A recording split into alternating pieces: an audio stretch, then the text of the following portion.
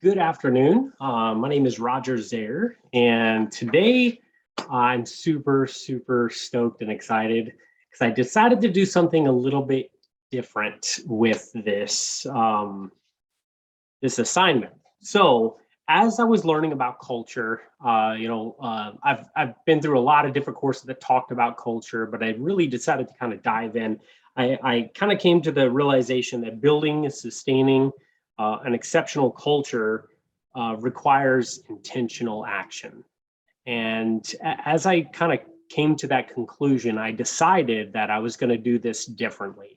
So a couple weeks ago, actually it was about 3.5 weeks ago, maybe 4 weeks ago, I read this assignment and I said, I'm going to do something different with this. So what I did was I'm part of what's called a CAG, or a Commander's Action Group. This is a group of individuals that make change. That's all we do is we come up with ideas. So what I did is I brought the idea of creating a culture to our group, our entire group that I work for. And I introduced Kotter's 8 steps of change, which a lot of the folks were actually pretty familiar with. And we decided to create and codify a culture for the group. So I'd like to show you a little bit of what we came up with. So again, we went over the 8 steps. We created urgency. We talked to a lot of our commanders about the importance of creating this organizational culture. We're at a time right now, we are changing a lot of our operations. We're switching a lot of people from one shop to another. And with that, we decided to take advantage of, since this natural change already exists, we can actually implement something new very easily. So we already had, step 2 of Kotter's 8 step is to form a powerful coalition. So we had this buy-in from all of our commanders. We also had this Commander's Action Group already designed and developed. So we had a lot of buy-in there. So we sat down our first couple of meetings that we had. We talked about, kind of what do we want with this? We wanted a vision. We wanted to kind of come up with the understanding of what is an organizational culture, what the importance is, what the impact is, all of that. And we decided to create a couple products. And I would like to share some of those products with you in what we did. So our first product that we created was a culture playbook for our group. This culture playbook explains exactly what culture is. We talked about the power of culture, the impact that culture can have, but really, what is culture and why is it important? So what we came up with, what is culture? Culture is what we believe in, how we behave, and the experiences that we give and receive from those actions. It is the foundation of what our community has been built. It is not a document that hangs on a wall. Written statements do help clarify the culture, but they do not build culture. The people do. So our culture is the result of how we collectively choose to behave.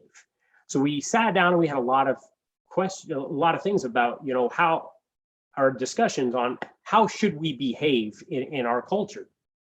So we identified some strengths that we had, and definitely some areas that we were missing. One of the areas we were missing was this reaching outside of our community to actually gain intelligence and gain information. We tend to try to do things, in-house all the time or within our small teams. So we decided to make sure that we built that into our culture. Our second thing we talked about is why is it important? Our success depends on our ability to collaborate and execute within a consistently evolving environment. The culture aligns everyone within the geospatial and signatures intelligence group around a common set of shared beliefs and behaviors that will ultimately determine how we serve our intelligence community. So we wanted to create this product so everybody can understand right from the bat. How we anchored this change, which is step 8, is we decided this right here is something that is given to every new member that comes into our group. And this is also briefed, this entire thing is briefed in our INDOC, our indoctrination brief, as soon as somebody comes in. So everybody will see this. Now, We wanted to communicate a vision and or create a vision for change and communicate that. And we wanted people to have this buy-in. So what we came up with is we understood that everybody understands that you're part of an organization. They understand that you're part of a team. But what we wanted to do is create what we call the 20 square feet. This 20 square feet, the term 20 square feet represents each person's ownership of the culture and strategy within our group. We like to tell people that you personally own this 20 square foot around your desk, and you own the beliefs, you own that behavior, and only you can control that. So you choose what you believe, and you choose how you behave. That 20 square foot acknowledges the reality that the way we behave directly determines the culture that we create and accept. So we wanted everybody to understand that that we're not trying to force a culture. You know, people come from different cultures and and we want to integrate that the best way we can. So it's all built within your 20 foot or 20 square foot area. And then we talk about belief, behavior, and outcome, our BBO. Our BBO is very important. And what we did is we broke that down to 3 things. Another way that we codify this is we created like 10 huge poster boards of this. We have a graphic shop at NASIC where I work, and they were right on board with creating this. So we created this, and we actually posted this up all throughout our group so everybody can see this. So this is about what we believe, right? What we believe is professional excellence. That was something that was really strong with us. You know, we felt that we had a lot of professional excellence. You know, we set clear goals and objectives. We effectively prioritized our tasks, thinking about resources and time and all of that. I thought that we did that really good. The one thing that we did not do well, and I think that this is something that we all should work on, is shared ownership. We need to know and embrace our team goals. We need to commit to transparent and respectful communication and get busy earning trust. Earning trust with people around you was very difficult for us. I mean, we literally have like nuclear physicists that do stuff, and you know, these guys go through years and years and years and years of school. So for them to trust anybody else's input that is not a doctorate or doesn't hold a doctorate degree becomes very difficult sometimes. So that's something that we wanted to do. And then our third thing that we believe in is proactive growth. So be curious and take smart risks, be coachable, be approachable, be accountable, seek feedback. And what we did is we expanded on each one of these. So the following pages talks about personal excellence, and we have quotes that kind of go into produce exceptional intelligence. We have a whole thing on shared ownership and what that means, about collaborating within and throughout. And then we created the proactive growth, talking about innovate in a dynamic environment, talking about owning today and capturing tomorrow, were some of the quotes that we found and we came up with, and we made sure that was in here. Now, one of the obstacles that we identified, which is step number 5 in Kotter's 8 step, was not everybody's going to walk around and carry this thing. You know, I think this is great for our introductory courses and all of that. But one thing we always carry around is we have these badges. These badges tell us who we are, and we have to wear this at all times. So what we decided to do was to create a badge. And this badge talks about the power of culture, that our culture is the result of how we collectively choose to behave, and how we behave directly determines the culture we accept, kind of like what we had in the playbook.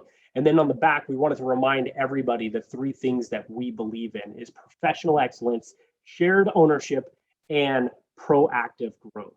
So with this, again, I decided to not just sit here like, and just answer interview questions like what was requested. I decided early on that I wanted to actually be that change maker. I actually wanted to see and put this into place. And I can tell you the results that we had from our commanders.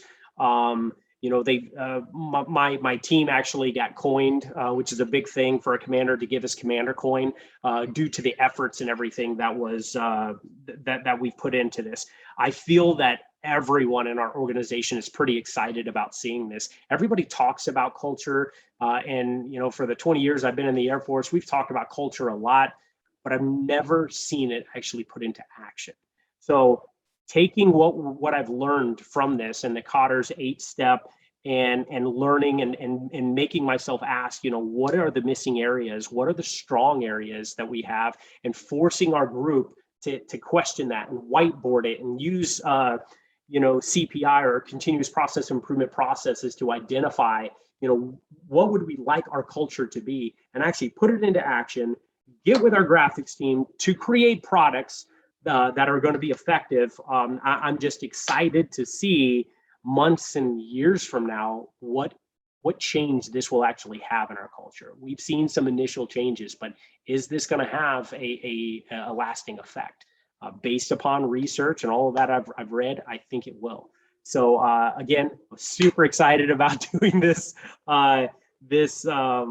assignment. Hopefully, I did this assignment justice, and thank you for your time. Thank you for sitting here and listening to me. Have a good evening.